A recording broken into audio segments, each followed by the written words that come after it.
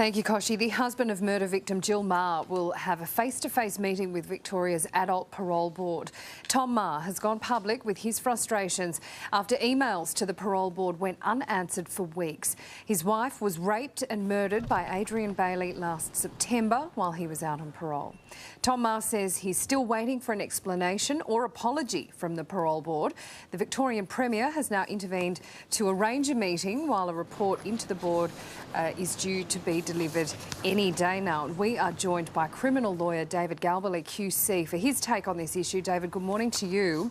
Good morning, Tom has said that this is about the Parole Board not having the guts to offer an explanation or an apology. What do you think of that? Well, I think the first thing is that it's appalling that his emails weren't responded to immediately. They should have been.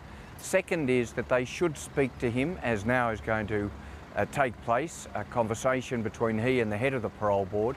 They should have spoken to him. I can understand why they wouldn't want to go into the reasons as to why Bailey was released, because that may be subject to advice from the lawyers of the Justice Department.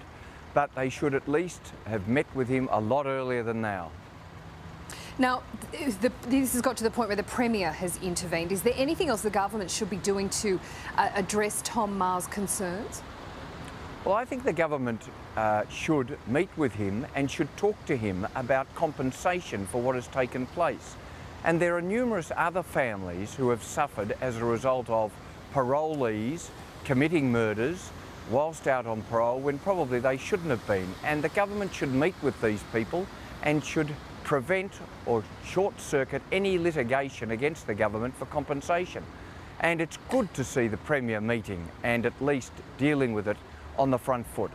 Absolutely. Just really quickly, David, do you think that the Parole Board in Victoria needs a complete overhaul? Well, I certainly think the basis upon which parole is granted and also the fact of their ability to reclaim prisoners who are out on parole that breach it has got to be looked into, and much stricter controls have got to be put in place. Yeah, I think there's a lot of agreement there. David Galbally, thank you for your time this morning.